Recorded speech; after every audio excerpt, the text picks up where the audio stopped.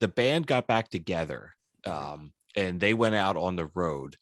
I got my dad tickets for Father's Day, and I said I was a casual fan, Right. and it took him. We saw Bruce up in Newark, and the live performance, just like so many other people, just absolutely blew me away. I remember at the beginning, I was like, I don't know a lot of these songs that he's playing, and then the energy, your jaw starts to drop. You're like, oh my gosh, I'm watching something that is unparalleled in live music. And that was what hooked me. That was one of those moments I remember driving home, coming down the Jersey Turnpike, to saying, like, what did I just see? Like, that just blew my mind. And I had gone to a ton of concerts as a kid and in college. And it was like if you're playing a game of chess and somebody just puts their arm on the board and just wipes all the pieces away and just redefined it. And I was hooked ever since.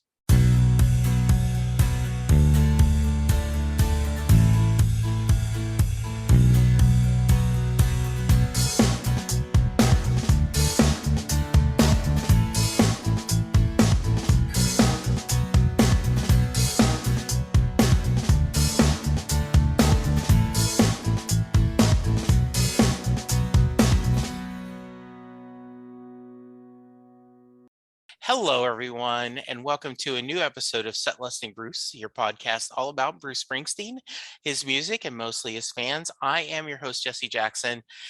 Tonight is going to be a good one. My guest and I have already talked like 20 minutes before I even hit record. Bruce Kramer, welcome to the show. Thanks so much, Jesse. Yes, we have established that like many of us, we started podcasting because our significant others are like, go talk to someone else about this crap. Right on. Yeah, Yes. exactly. So tell us a little about yourself, Bruce.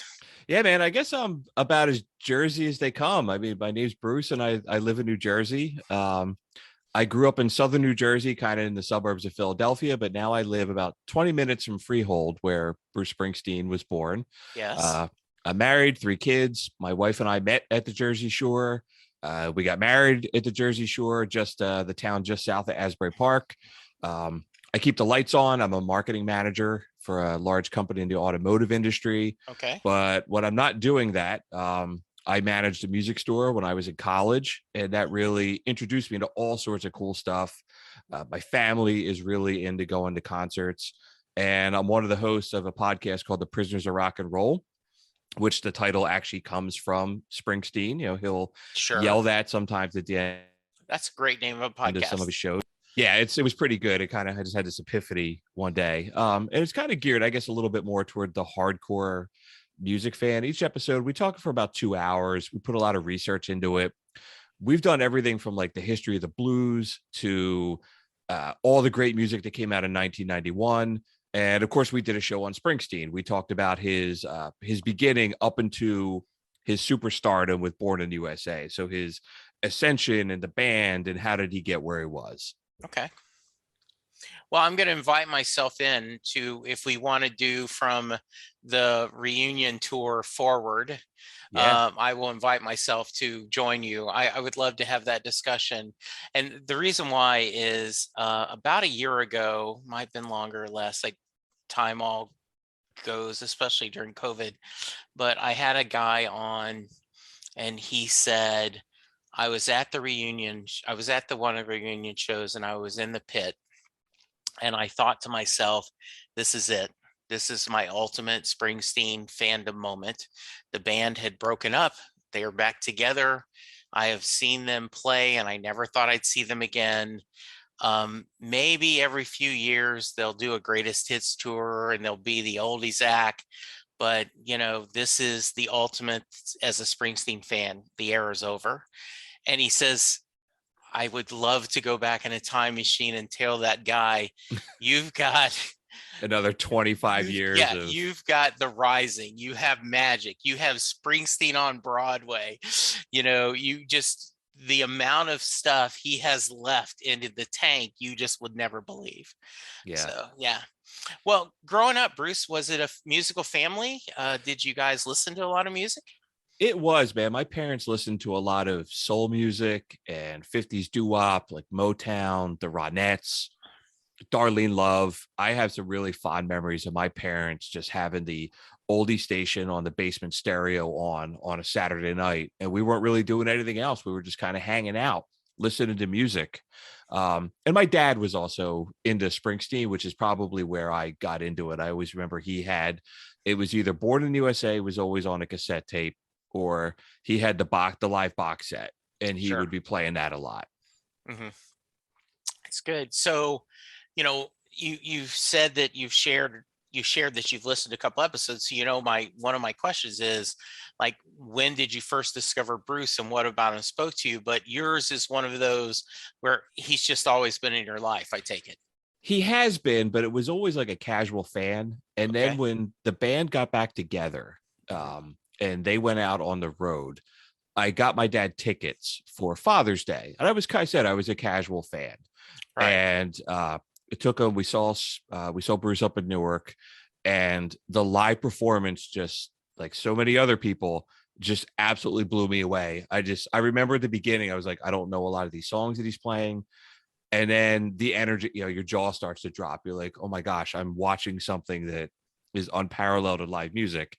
And that was what hooked me. That was one of those moments I remember driving home, coming down the Jersey Turnpike, to saying, like, what did I just see? Like, that just blew my mind. And I had gone to a ton of concerts as a kid and in college. And it was like if you're playing a game of chess and somebody just puts their arm on the board and just wipes all the pieces away and just redefined it. And I was hooked ever since. I've told the story other times, and so if you're a regular listener, jump ahead. But my first show was a Rising show. It worked out that I had never seen Bruce live, partly because I lived in Louisiana. I moved to Dallas like in '86, but I no money, and then you had a kid in '89, and there's all this other things are going on. So 2002, I go to the Rising, and I had bought the CD, but I had listened to it maybe once, twice, not really. And all of a sudden, the story I say is I felt like I walked into the middle of a movie. And so I didn't know what was really going on, but I knew it was a really good movie. And I knew that I was entertained, and I was desperate to know what was the first half of that movie. And my wife, on the other hand, like, they did Working on the Highway, and that was the only song she knew, really. And she said, "Were you happy?" And I'm like, "Well, I'd never seen Bruce live. If he had walked out, played Born to Run, and walked off, I would have been happy. Like, okay, I've got to hear Born to Run live."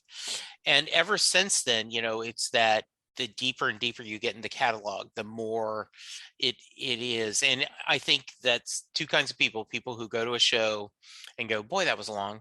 And the other people that go, "Oh my goodness, what just happened? When can I do this again?" Yeah, there's definitely the moments where you're like, but he's never played She's the One with the Spanish Eyes opening, and he's doing it now. Yeah. Or, Yes. those second level music nerd type things that I love. But yeah, sometimes my wife is like, it's too much. Well, exactly. And Bruce, that's where the name of the podcast came from. And after I'd been doing this a couple of years, someone said, "Why didn't you name it Jackson Cage Podcast?" And I'm like, Which would have "Oh, been now you great. tell me," because I'm Jesse Jackson. I'm like, "Damn it, that was perfect." But yeah, set Lusting Bruce, because when you're not there and you hear that he is doing that, oh my God, he's doing, he's doing The Promise. Oh, I can't believe that, he's doing The Wish, or something. You're like, oh my goodness, um, what the hell? And you wish you were there. Yeah. So once kind of, you went to the road to Damascus, which is in Newark, and your eyes were it lit up, and you could now see. What was the next steps? Yeah, I guess I jumped into the river of salvation that he talks about all the Yes. time. Um, the Rising too. That was right around the Rising came out shortly after it, and Lonesome Day always has had a really profound impact on my life. I've had moments in my life where the refrain of "It's all right, it's all right," I just feel like he's speaking to me. It's just one of those songs that when I'm having a bad day or I'm hitting some tough times in my life, I put that on and I find some real solace in that song. But as I started diving further back into the catalog, I became rather obsessive about downloading concerts and iTunes, and I probably, it was like, well, it was in the thousands of different tracks I had, and several hundred versions of Thunder Road and all this other kind of stuff. And I've just become, every time he comes on the road, I go see him. Um, Yeah. I had one year I saw him like 9 times. I followed him from like Boston down to DC. A couple of my buddies that are like deadheads were like, "Oh, you're like the New Jersey version of a deadhead now. You're following Springsteen around." To me, seeing him live, man, is like going to church and school and a concert all in one time. And I never have, as I go to 12 to 15 concerts a year, I have never gotten that experience, that emotion, that rush that I do when I see him. Bruce, I had a guy on the show that says, I am an atheist. I am I'm a firm atheist. He said, and the closest I have to a spiritual leader is Bruce Springsteen. He Yeah. said, and he doesn't make me go to church. He doesn't have a collection plate. He doesn't ask me. He said, but every couple of years, my version of, I go to a show and I'm reborn. I am I have refreshed. And so yeah, I get that. I get that a lot. Yeah, I Um, totally get what you're saying, man. yeah. I like you just it's you experience something on another level if you're really into his music, just the energy that he puts out. And I think as the older he gets, the more you appreciate it too. That he's like, Yes. my back hurts from standing up for 2-3 hours to see him play. Yeah. And he's running around the stage and crowd surfing. It's funny. I took my kids, we saw Springsteen one week, and then the next week we saw ZZ Top. And ZZ Okay. Top was great. And they played for like an hour and they went up the stage. And my youngest son was like, "Oh, why are they leaving so early? Did they need to take a nap or something?" And they were like, Bruce Springsteen played much more than they did. I was like, right. And Bruce Springsteen's older than the guys in ZZ Yeah. Top, and he kicked their butts. Yeah. It was the closest I had to that is I had gone to I can't remember if it was Cleveland or Louisville, but we had saw Bruce during the Wrecking Ball tour. And then we had tickets, and my first musical obsession in 1977, I bought a Beach Boys Endless Summer 8-track and fell in love with those harmonies. Never heard Right anything on. like Yeah. it. Yeah, and became obsessed with Brian Wilson and the boys. And so it was the Beach Boys 50th anniversary tour. So they had everyone back, including David Marks, and they had Bruce Johnston, and just everyone who was alive was touring. And I had a blast. I loved it. But, as we're driving home, my wife and I are like, within 7 days, we saw Bruce, who 10 years younger than most of the guys, the Beach Boys, but you could say roughly, right? Yeah. That, and, they had a 90-minute pop show, nothing out of place. They had their banter pre-programmed. Yeah. It was done. And Bruce it was just night and day. And nothing against Brian Wilson. The other thing I brought up, and I'd love to hear your thoughts on this. In 2020, we get Letter to You, I think an absolutely amazing album. I know most people feel that way. If you try to measure it against some of his greatest works, okay, maybe some of us will. I think it holds up, but I understand people who don't. Brian Wilson's latest CD was him playing a piano of all his hits. Absolutely amazing CD. Yeah. But brand new material, going back to the well and doing something different. One of them is continuing to stretch themselves creatively. Brian, with his mental illness, I'm great. I love the CD. I'm going to select whatever you want, but just the difference of the people, you know what I'm saying? Yeah, you're right. He's definitely not, he's old enough to be on that oldie circuit. Yes. That just, I'm going to come out and play the hits like Buffett. Jimmy Buffett goes on the road every year. I'm not a big Jimmy Buffett fan, but if I go, I know all the songs. Yes. He's not trying new material. And Springsteen just continues to push himself. And I completely agree with you on Letter to You. I thought that was I think the world needed a Springsteen album. I think that was as timely as when The Rising came out. Like there's Yes. always that story that he was walking on the beach in Asbury Park and somebody passed him and rolled down the window and was like, Yeah. we need you now. Go make Right. this album after 9/11. I felt like in light of what's going on in the world, we needed that. And yeah, I can't think of any of his contemporaries age-wise that are still making music that are like, man, this is still really, really good.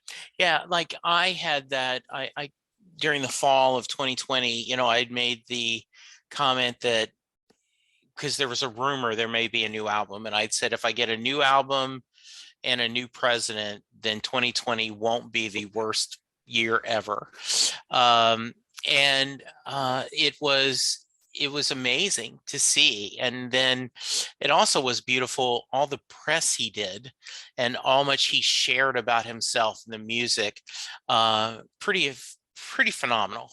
It was really cool seeing like the videos of the band like getting together, being in the room and recording it. And again, in light of everything that was going on. Yes. Really, really cool. Yeah, absolutely. You mentioned you've seen him multiple times. I always like to preface this: the amount of times you've seen Bruce perform live is not a fair barometer of how big of a fan you are. I have a couple of young fans that have been on the podcast multiple times that this past summer, Springsteen on Broadway was their first chance to see him perform live, and they were thrilled. But for the record, have you counted how many times? And if so, what's the number? Yeah, it's 20.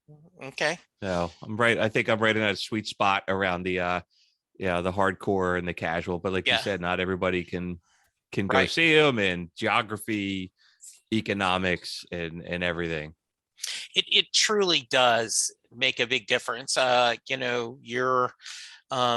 People who found him in the middle 70s living in that Jersey, Philly, New York area, got a lot of chance to see a lot of shows.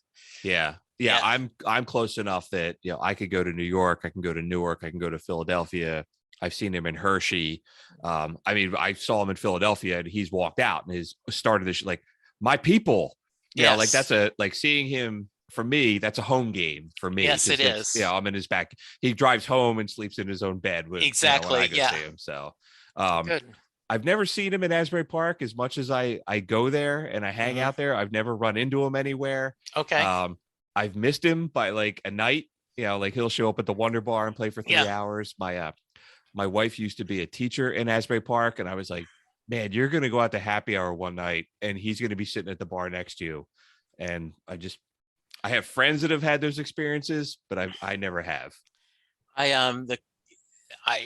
love that, telling your wife about that. My wife, before she retired, worked for a company that had two headquarters. They had one in New York and the other in Cleveland. And they were filming the first Avengers movie while she was there for a business meeting. And I was like, okay, this is what Scarlett Johansson looks like. This is what Josh Whedon looks like. And she's like, I do not care. Leave me alone. Like, no. If you see, you have to take a photo. Any stories from shows you want to share? Fun things that happened. Man, I have so many awesome stories of this stuff. The one time I took my kids to go see him at MetLife Stadium, and it was the first time my kids had ever seen him. And now, how old are your kids? 18, 17, and 13. Okay. So this was I guess 2012. I took my kids to go see them, and it was the show he played. It was the longest show he played in the US. So it was the one that went over. It was like 4 hours and 12 minutes. Okay. And I start becoming aware of what is going on, and I'm going nuts. I'm like, he's going to make this record. And my kids were just like, my son was like, he doesn't stop. And I was like, right, we're in this for the long haul. And we're driving home from the turnpike, and my son falls asleep. I get him up for school the next morning, and he's like, I don't want to go to school today. So I'm like, rock and roll just kicked your butt. I'm like, yes, you just got smoked by a 70-year-old man who just kicked your ass. Yes. Rock and roll. That's funny. Um, I was at his birthday show in 2012 where he was like cutting cake and handed it out to everybody in the audience. Just those little tiny moments. You know, I've had saw actually one story that I thought was really cool. I took my wife and I went. So I guess the last time he played, a couple nights in Philadelphia, went to every night. The two of them were with the kids, and the one time it was just my wife and I, and we splurged for better seats like on the field, and we got in and our seats weren't there. There was like the rigging was up, and we're like, where's our seats? And somebody was like, sorry, you know, we laid out the field, your seats aren't here, here are better seats. And we actually wound up sitting next to Bruce's sister, Oh, how fun. which was kind of, you know, I didn't talk to her. I was like, I'm not going to be that guy. But one of the Yeah. security guards pointed out who it was. But we were close enough as Bruce ran around, he like brushed up against my wife. And it was like, out of all the times I've seen him, it was the closest I've ever been to Right. him, which was just awesome. That is often. Now, is your wife a fan? She is. She had been casual, and then I Okay. guess when we started dating, she got sucked in. She's always down for going to a concert, but I think she kind of indulges me a little bit as well. I mean, we took a day off to go up to Manhattan to the book signing with the kids. Yeah. That's actually a pretty cool story. So Please. we took the day off with the five of us, me and my three kids, and we waited in the line. And I was like, "What do you say to him?" Right? Like, to be like, "My name is Bruce too." Yeah. You know, like, you know, I'm like, you get the 5 seconds, and he was like, "Oh, you took your kids out of school for this? Not a lot of young fans here." And I was like, "Yeah, I did." He's like, "That's good parenting." And I was like, Bruce Springsteen just called me a good parent. And then Yes. my daughter started crying after she met him, and I was like, "Well, that's awesome that you started crying, because you started before I could start crying after meeting him." Yes. And it was just such a cool. I was like, Bruce Springsteen said I was a good parent. I couple of things in mind me. One, I had a guy on who told the story that he was a friend of his knew someone that got them backstage at a late night gig. I can't remember which late night show it was, but Bruce is performing, and he got to meet them, and the guy ends up asking Bruce, um, my wife and I are thinking about having another kid.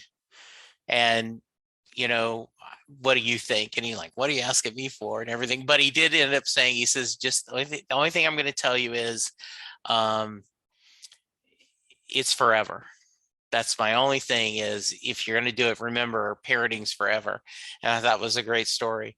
My story is I found out that he was going to be in Austin.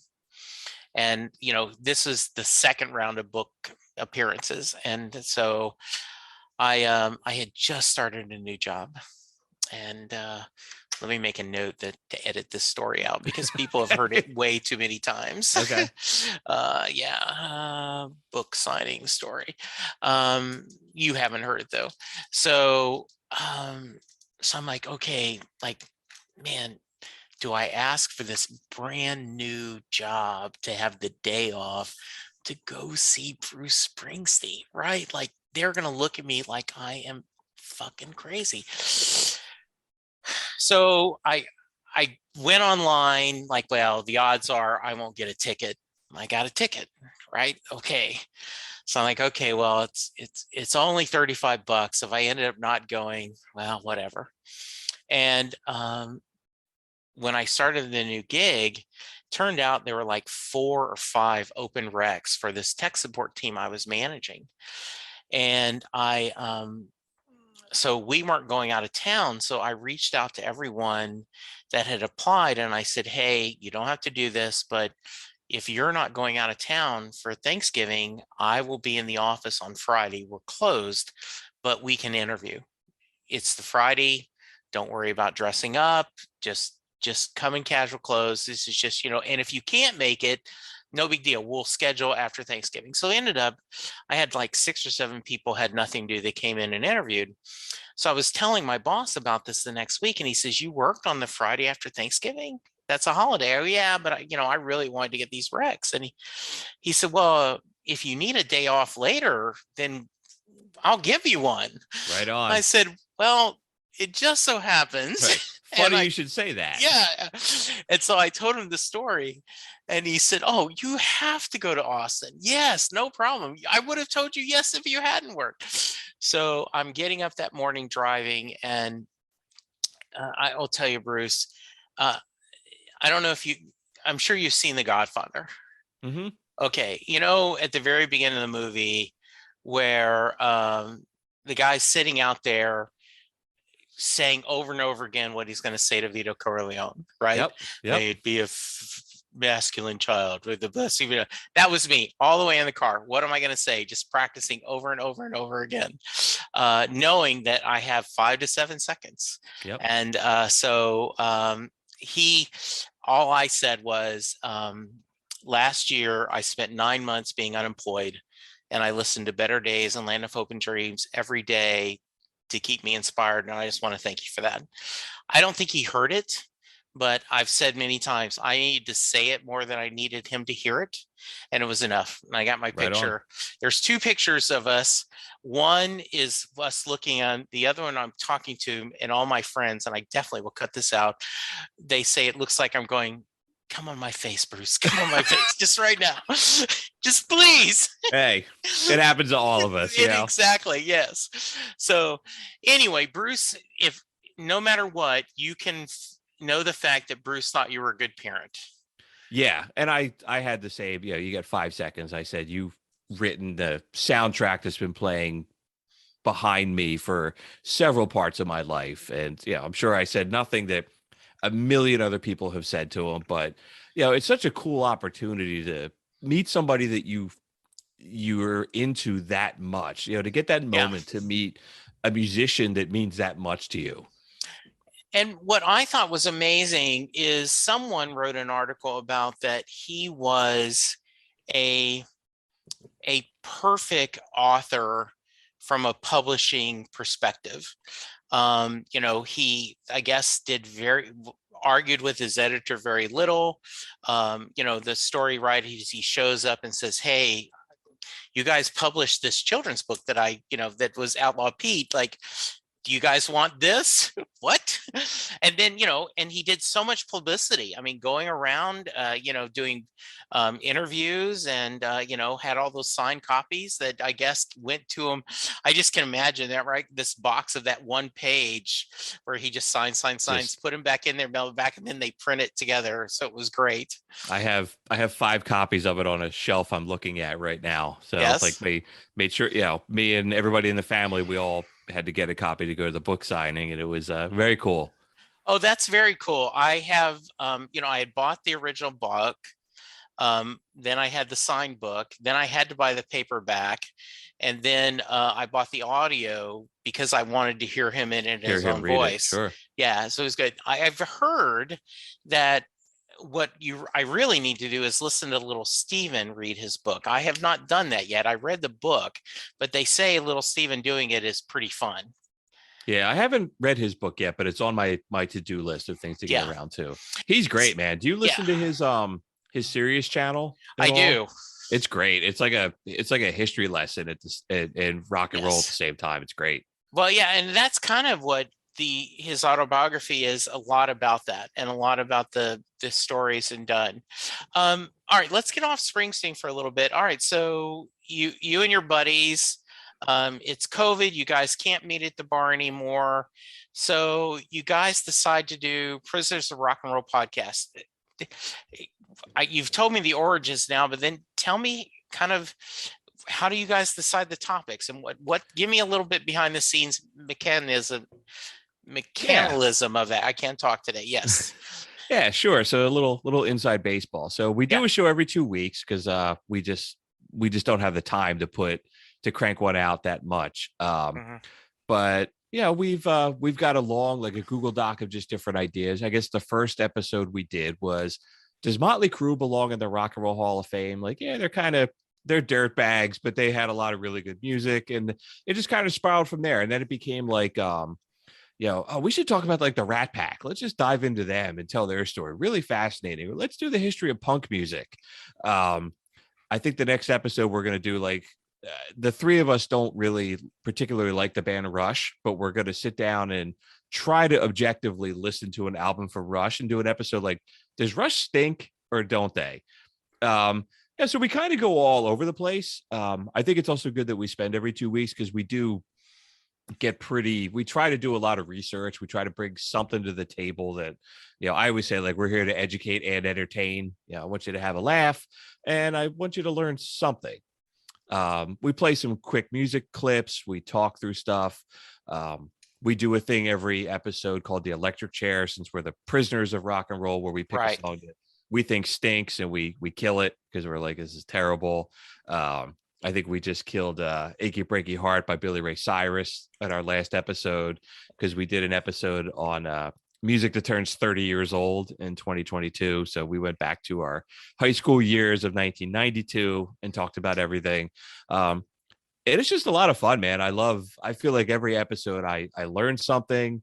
I think I know a little. I think I'm smarter than the average bear when it comes to music, but I wind up learning all kinds of cool stuff. And it's just great to just talk about music, as I'm sure you know. Yeah, it is. I love hearing this. So it's you and two buddies. So Correct. there's three of you. Correct. Do each of you kind of have your own expertise or kind of angle where you come through I it? Yeah, I think so. I'm probably more of the nerd out of the three of us. Okay. I'm also not a musician. The other two guys that I do the show with are, and they're in a band together. They're twin brothers. They run a business together and they're in a band together. So it's great to hear them. At one point, if we get popular enough, we'll release the outtakes of when they start arguing with each other Oh, I bet. during the show. It's great. It's probably like getting a seat at their Thanksgiving dinner table. Um, Yes. yeah, we all have a little bit of different tastes on things, which is cool. It's fun having three people at the table, because there's somebody to bounce something off of, and we have our disagreements and stuff like that. Yeah, that does sound fun. Do is there one episode that you especially are surprised how good it came out? Like, I Yeah. thought this will be okay, and you end up going, wow, that was great. Yeah, we did an episode on the history of Sun Records. We did it Okay. pretty early, and the all three of us were really into that real early 50s sound. I think a lot of this comes out of like why I like Springsteen so much, because he Yeah, does have a lot of that doo-wop sound in his sure. stuff, and all that throwback rock and roll. Having Gary U.S. Bonds do a lot of stuff with him. And we did a show on that, and we covered the big Elvis and Johnny Cash and Roy Orbison, Jerry Lee Lewis, but we found a lot of like really like one-off obscure people. And I was like, man, we found a lot of like really, really cool stuff that I've never heard of before. And you're also like, that's where rock and roll started. Like, that's the beginning of all of this, is right there. It was really cool. I had started a new job in February of 2020. Talk about great timing. I got hired, and my wife and I were like, holy crap, what if you had not get hired and then you're trying to find a job in April of 2020? Yeah. So anyway, I had started a new job, and they gave me an offer, and when I was going to start, I had like a week and a half, 2 weeks to go. And so we did a long weekend in Memphis. And I created a Memphis in the Meantime playlist with some John Hyatt on it. And we were amazed. I mean, we thought Nashville was a music town. Memphis was amazing. We went to the Strax Museum. We went to Sun Records. They had so many music museums and so many live music venues, and we had a blast. We're like, talk about heavy music. It was wonderful. My wife and I were in Nashville on vacation, and we drove out to Memphis for a day and did Yeah. Graceland and Beale Street, and we walked into BB King's place at like Yeah. 3 o'clock on a Saturday afternoon. And it was like, I forget who the guy was. The guy playing bass with the house band was in like the Rock and Roll Hall of Fame. And Yeah. you're just like, holy crap. Yeah. Just hit you in the face, all this music. And Yeah. I totally agree. Awesome place. Yeah. New Orleans is hurting. Frenchman Street is for my 60th birthday. or 58th birthday. I can't remember. A couple of years ago, we went to New Orleans, and we did not go to the French Quarter. We stayed just on Frenchman Street, and there was, because of Treme, the TV show that Yeah. talked about all the music, and so we went to this, and this is one of my favorite stories. Is we're in the Spotted Cat, and there was a piano player and two guitarists, and they going, hey, we don't regularly gig together, so just pretend we're in your living room and we're just jamming, we're just going to play. And they were really good. She had a great voice, and he had a good voice, and it was just really, really nice. And so they take a break, and they're passing the hat around, for donations. And so she gets to me, and my wife says, go ahead and ask her. And she rolls her eyes, and she goes, what? I said, well, I'm a huge Bruce Springsteen fan, and she knows that I'm dying to ask you if you guys can play any Bruce Springsteen. And she's going to make fun of me because, and so she goes, oh, Atlantic City is one of my favorite songs. Do you want me to do Atlantic City for you? Yes. And they did, and it was amazing. I mean, it was just, and Linda laughs, says, okay, I'm never going to make fun of you again. That was so great. That's awesome. Well, we did a show on Springsteen. That was a song I used as an example of the versatility of his music. Yes. So I played the Nebraska version, and then I played the live in New York version, and then I played the live in Dublin version. And it was like 3 completely different arrangements. The New York has got that whole gospel build in the middle of it. Yeah. And it's just awesome that he could take this music and completely change it up and bring a completely different slant to it. Yeah. Yeah. And then like when you hear like the band's version, of like, and you're just like, what is this the same song? What this is amazing. I tell this a lot, that if you were at a bar or, any place where there's a singer-songwriter, and you go tip the jar and ask for a Springsteen song, there's a over 60% chance you're going to get them on fire. It's an easy, it's an easy for them to do it. Yeah. And I'm always happy. I mean, it's Bruce, it's fine. But every once in a while I'll get, oh, well, we can do Tougher Than the Rest. Really? Or, or something, something a little bit, yeah, I can do that. Let me do, something, or Atlantic City in that case. And then case, I'm always just very happy to hear that, like when this duo said, oh, well, why don't I do Tougher Than the Rest? Yes. How great is that? Something. Yeah. I was at one of the shows I saw him in Philly. It was one of the some college kid had a sign up that just said, can I play No Surrender? I see your No Surrender shirt. Yeah. And it said, like, can a college kid come up and play No Surrender with you? And I guess he had written the chord progression at the bottom of it, so Bruce would know, oh, this kid actually knows. And he brought him up and he let him play guitar. And I remember my wife and I were like, my wife was like, I don't know who this kid is, but I'm so proud of him. Because he was like, he got in like the line with little Steven and Bruce, and they were like dancing with the guitar together. And then I don't know what I was doing on Twitter with my podcast page, and I found this kid had a tweet. It was like, I follow Springsteen as a topic, so it showed up, and it was like, I'm the kid who got up on stage with Bruce Springsteen in like 2012 or something, and I was like, dude, you were awesome. I have like a bootleg of you doing this, and right on, it was awesome. Yeah, Matthew Alkine. Yes. And yes, he was on the podcast. Oh, really? Yes. Oh, so that's amazing. I will send you the link so you can hear the episode. Oh.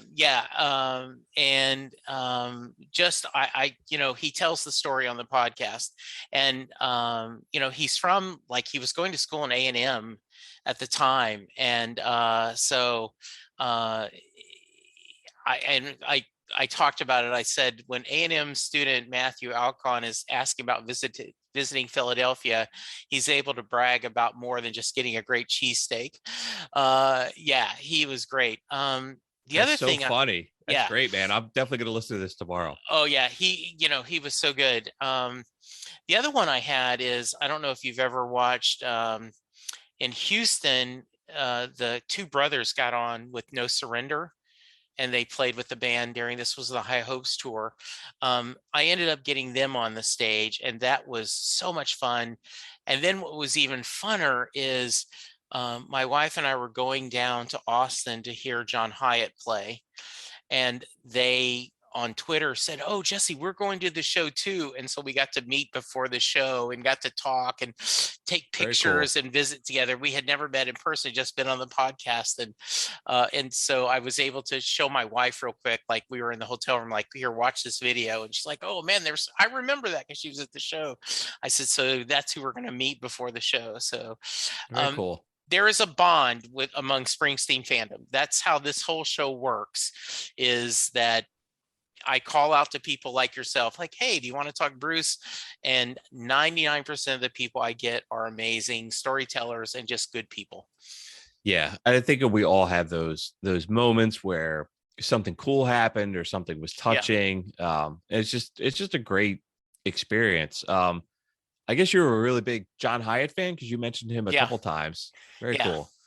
Yeah. In fact, I just had Michael Elliott wrote a book about him, and I reached out to him and I said, "Hey, would you want to be on the podcast?" And he did. So he joined me.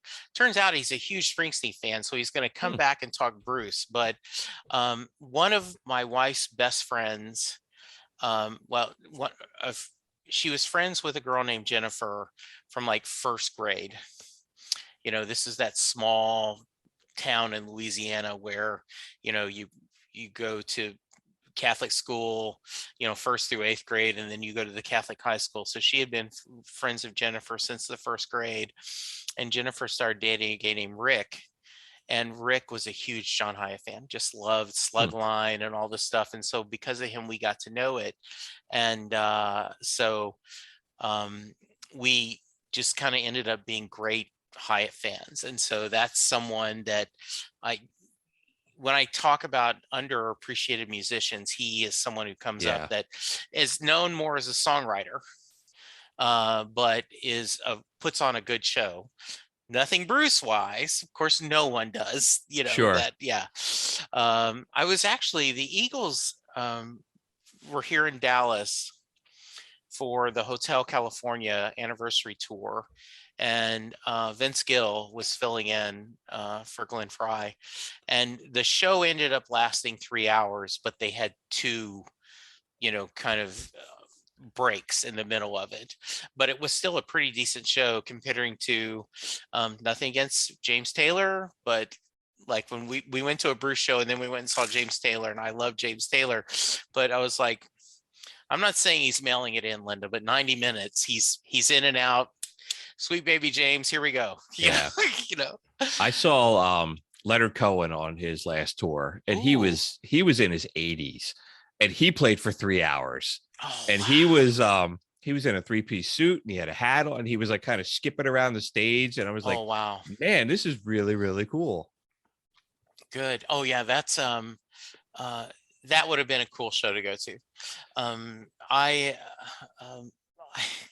in a weirdness, I the Monkees, Michael Nesmith and Mickey Dolenz were touring, and I bought the tickets before COVID, and they ended up making it. And we went and saw, and boy, Michael Nesmith looked bad. I mean, Yeah, I heard you talking about this on one of your yeah, shows with and it was somebody. just, I was really, I was not shocked when a couple months later you heard he passed. So, but it was a fun show. It was a really fun show. I think, and I don't know about you, I'd love to hear your thoughts on it because you talked about going to a lot of shows. That year and a half, 2 years during COVID, it was rough.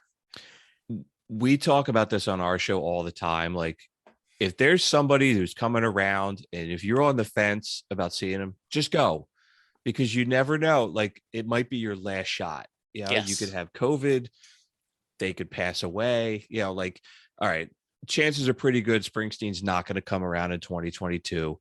2023, they're all a year older. I know he's Yeah. in great shape, and he's got a lot of highway miles on him. It's not all off-road miles, Well, but he's still in his mid 70s. and It's you know, based on his mom, who's in her 90s, who now has dementia, and I know he talks about that on the Broadway show. But as far as, he comes from um, good stock, as they say down Yeah. south, right? But you're right. I mean, the road in front of them is shorter than the road behind them. And I believe that's why when I saw them on that river tour in 2016, there was such a joy to them playing, because you knew they were like, okay, we don't know how many more times we're going to get to do this. Let's have fun. The umbrella of his mortality kind of hangs over the whole Letter to You album. Yes. He's confronting it. And yeah, the last time I saw him at his show, the show I was mentioning where we got the upgraded tickets, he got done and I started crying. I was like, this might be the last time I see him, and this means so much to me. And I had a couple beers in me, and Yeah. my wife was like, he's gonna do this until he can't anymore. But you don't know when that is. I mean, like, Right. right, like the Stones just went on a road and Charlie Watts passed away, and Yeah, they're not going to be the same band. exactly. And I love the idea, and you may have heard this because we talked about this fairly recently, right? Is there's a noise like, well, he's 70. Can we expect 4-hour shows anymore? And, maybe we get it. And, I had the guy who was at the Steve Earle benefit on the podcast, and he talked about, man, that 20 minutes I had, I was as happy as a 3-hour show. He I'll said, take trust it. me. Yep.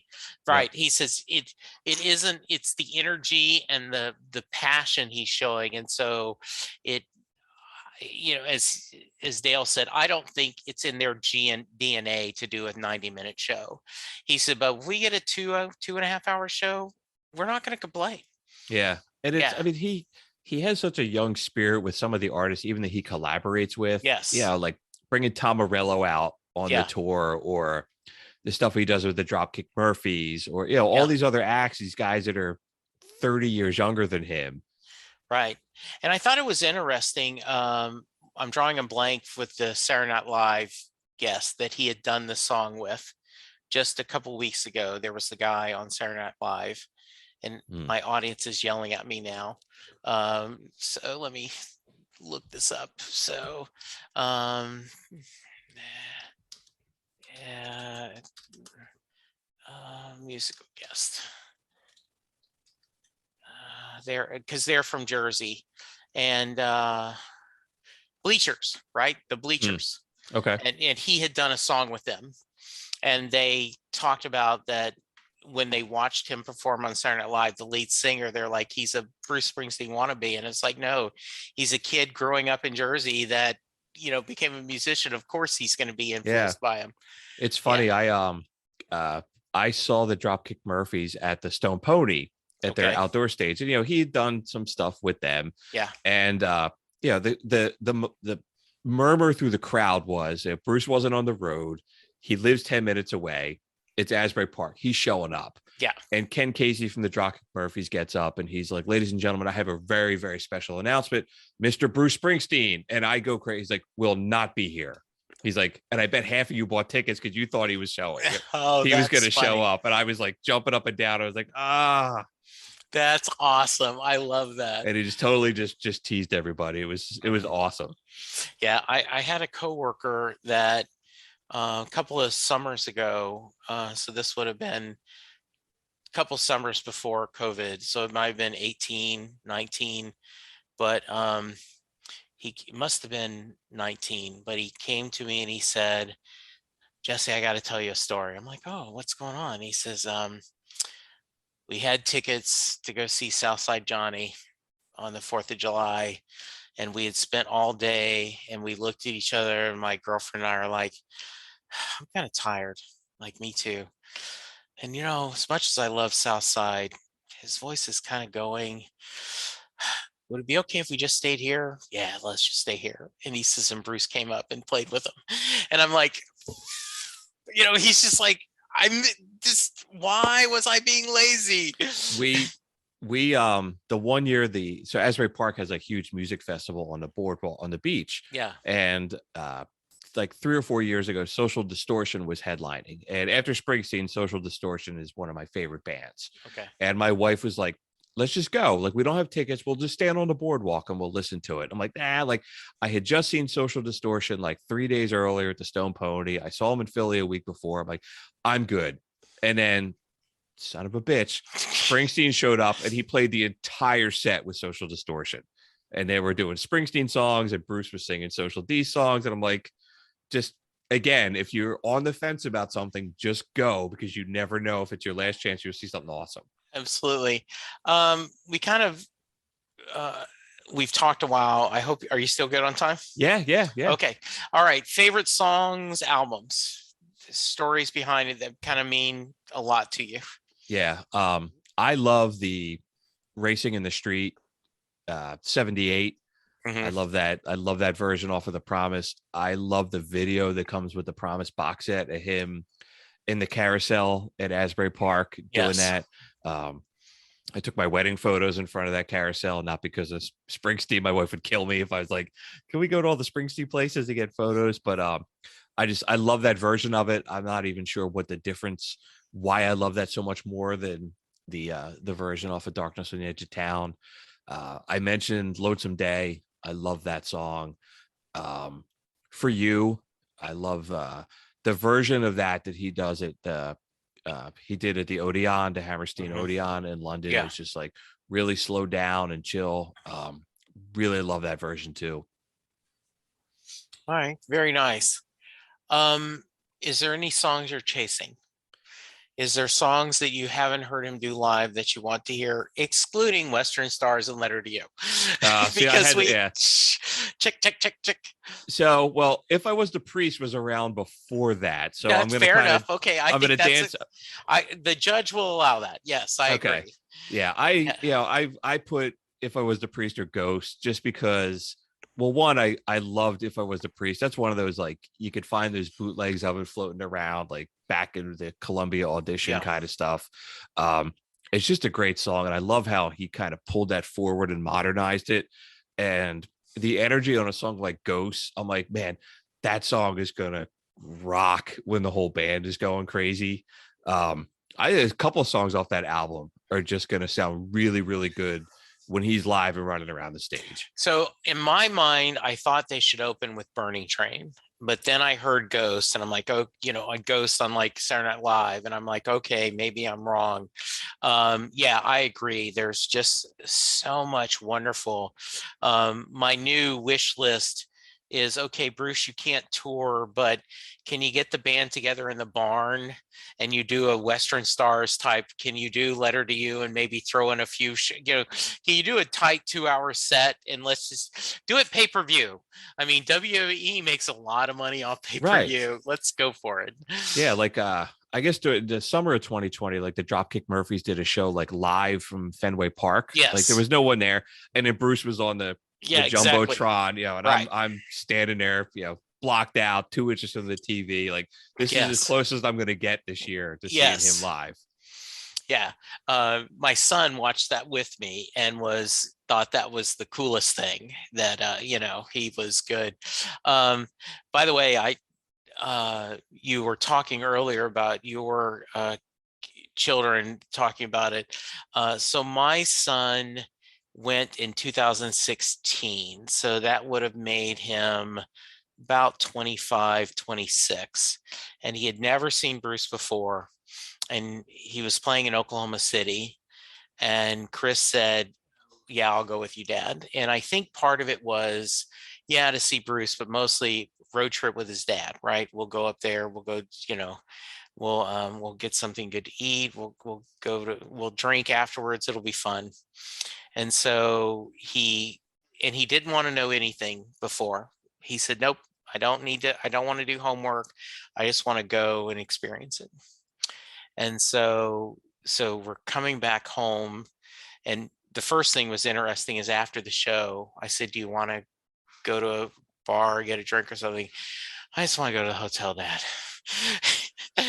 Like, okay. And we woke up, and we got, we stopped at some donut shop, and we got coffee and juice and some like kolaches or something, and we're driving in the car. And I said, do you mind if I record? We do a quick discussion. He goes, no, no, no. And so he starts talking about it, and he's like, Dad, Bruce doesn't play. He said there's no time between songs where they mull around. He said, you got to be ready, because he finishes a song, and then before you can even take a breath, it goes 3, 2, 1, and he goes in the next one. I'm like, yep. And the other thing, because he is a sports nerd, he says, and I'm telling you right now, the Cowboys need to have receivers the way that his technician catches Bruce's guitar. He said, because Bruce just throws that shit out there. And that guy, I said, his name's Kevin. He said, well, whatever his name is, Kevin catches that guitar, and Bruce is not making it easy for him. He said, I've never seen anything like it. And the funniest thing, and he says that song about hating on Mondays, thinking about Friday. I said, yeah, out in the street. I really like that. And what's the name of the song where he crowd surfs on the thing? I said, Hungry Heart. I want to hear those again. He says, the next time, I hope he does those. But the thing I loved, he says, but why does he do Shout? Like, I don't know, Chris. I mean, is it an 8th grade dance? He says, of all the songs, he says, it was fun. Don't get me wrong. He's doing it great. So we went up to New York, and we were at one of those Met shows too. There was the 2, and then they had a break, and then they had the 3rd one. Yeah. And so we were at the 2nd one, and Chris was just excited that, this is where the Giants and the Jets play. And as a Cowboy fan, I hate them. So this is kind of cool. Loves Charlie Brown. So he loved all the Snoopy, and Charlie Brown memorabilia. And, he was like, he says, Dad, we are so far away, because, it's a football stadium. He says, and I just feel like we're next door to him. So so he is anxious all the time now. He's like, when's he going to tour again? We got to go again, Dad. We got to go again. And my wife is the same way. She is a casual fan, but she's like, I haven't seen him live in a while. I'm ready to go see him live again. That's an experience. Yeah. I think we're all ready for that experience. And it MetLife. I mean, that place is it's very vertical. Yes. Now, if you're in the upper deck, you're looking like straight down. Yeah. I've gone to a couple games there. I saw the Eagles play the Jets there this year. And you feel like you're on top of everybody. Yes. But I had the same experience. I didn't feel like, I'm a zillion miles away when I'm in the upper deck there seeing Springsteen. Yeah, we did. And Chris to this day goes, and they have good popcorn. Like, so when the Cowboys are playing at the Giants, at a home game for the Giants, he's like, they got good popcorn there, Pop. I go, yes, they do. Yes, they do. This is great. This is really good. Other final thoughts before we move to the Mary question? I don't think so. I'm ready for the Mary question. Okay, good. I had never actually even thought about whether she gets in the car or not. So I kind of had this moment of existential crisis where I was like, I never even thought of that. So I say she gets in the car. That is a song, man, to me that when I hear, I have this picture in my head of Hang what on that just a looks like. minute. I'm sorry. No, you're good. There is a chance that someone who listens to the Prisoner of Rock and Roll podcast is listening to this and are going, what the hell is the Mary question? So I always like to preface this. No, you're good. I love the enthusiasm. First off, by the way, the first time I heard this, I had the same thing. I'm like, what the hell are you talking about? Of course she gets to the car. What? That isn't even a question. Jay Armstrong, by the way, if you are a fan of Bruce's podcast and you're joining because you want to hear Bruce, thank you for listening. Jay Armstrong is an honors English teacher from the Philadelphia area. He recently retired, but he would spend 2 days on his honors English class breaking apart Thunder Road. They look at all the lyrics, they talk about the themes, they compare it to Robert Frost, The Road Not Taken, and they treat as should be, Thunder Road as a epic poem. And at the end of the 2 days, he asked the question, does Mary get in the car?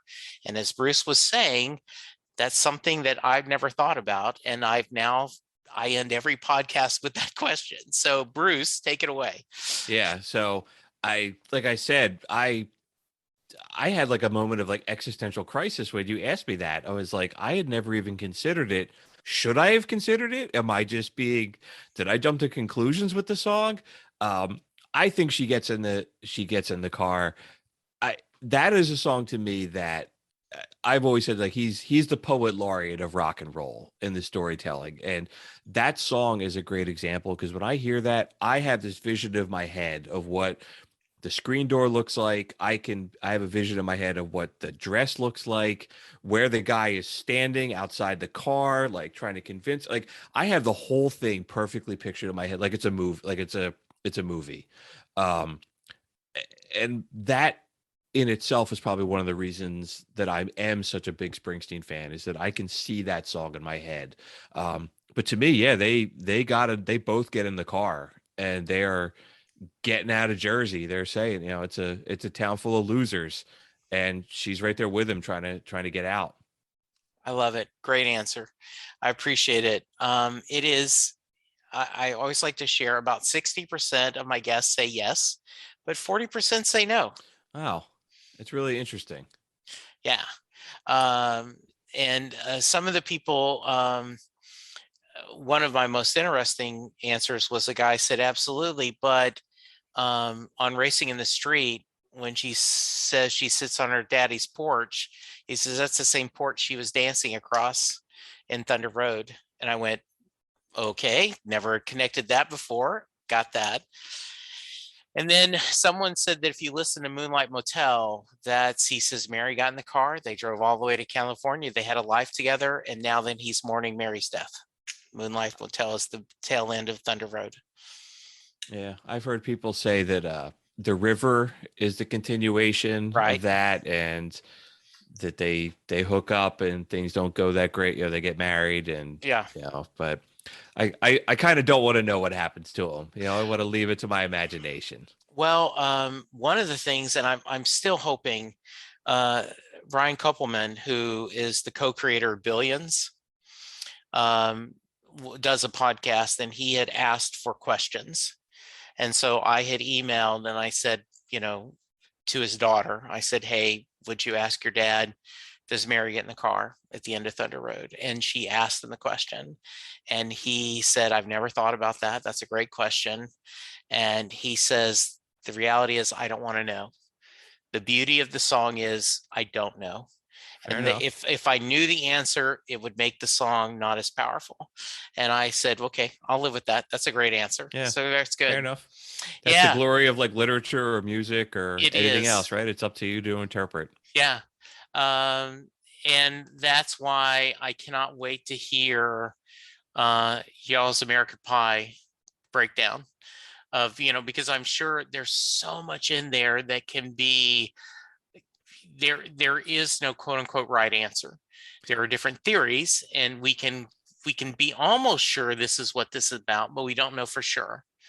Yeah, we played a lot of like the music that was inspired by it or things that the symbolism that we thought was Yeah. being referenced. We even went into like we found an old Chevy commercial from the 50s where uh Dinah Shore is singing like drive your Chevy across Yeah. the levee of America. Like we went Yeah. that deep into it. Really, really cool, man. It's a great song to if you want to Yeah. get nerd and like English major and pick something apart. It's a great song to do it I to. think that is absolutely wonderful.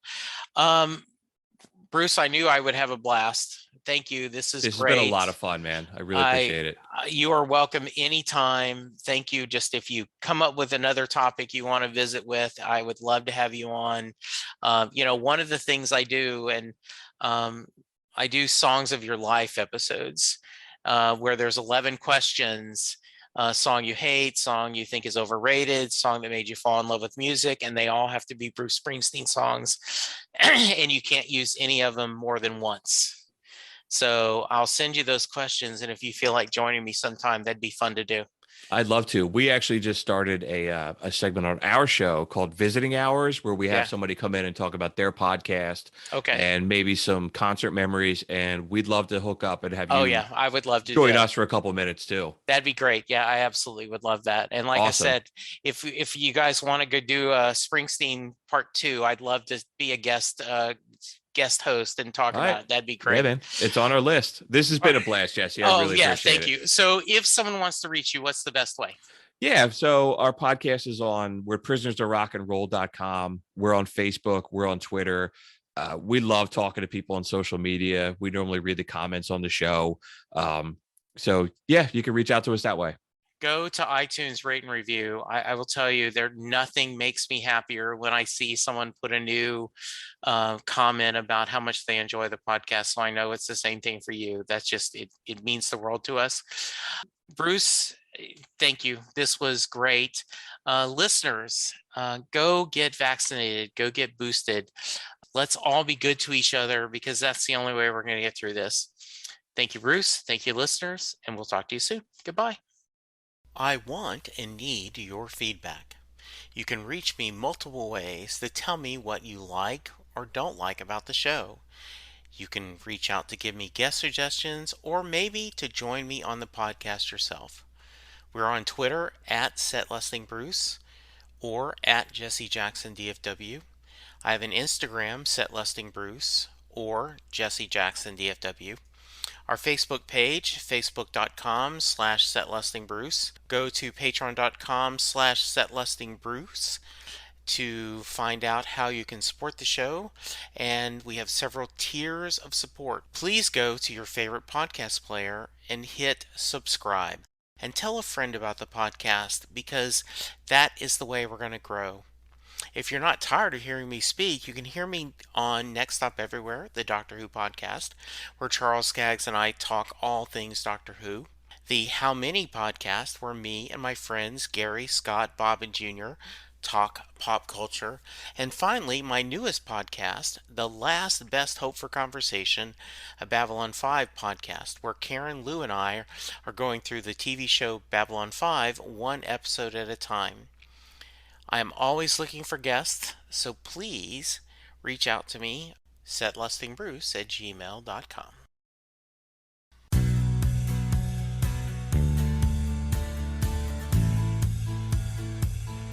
You just heard the fun talking, hard rocking, music loving, album ranking, fan thinking, joy spreading, lyric reading, story sharing podcast that is the one, the only Set Listing Bruce. The theme for Set Listing Bruce was written by David Rosen, used by permission.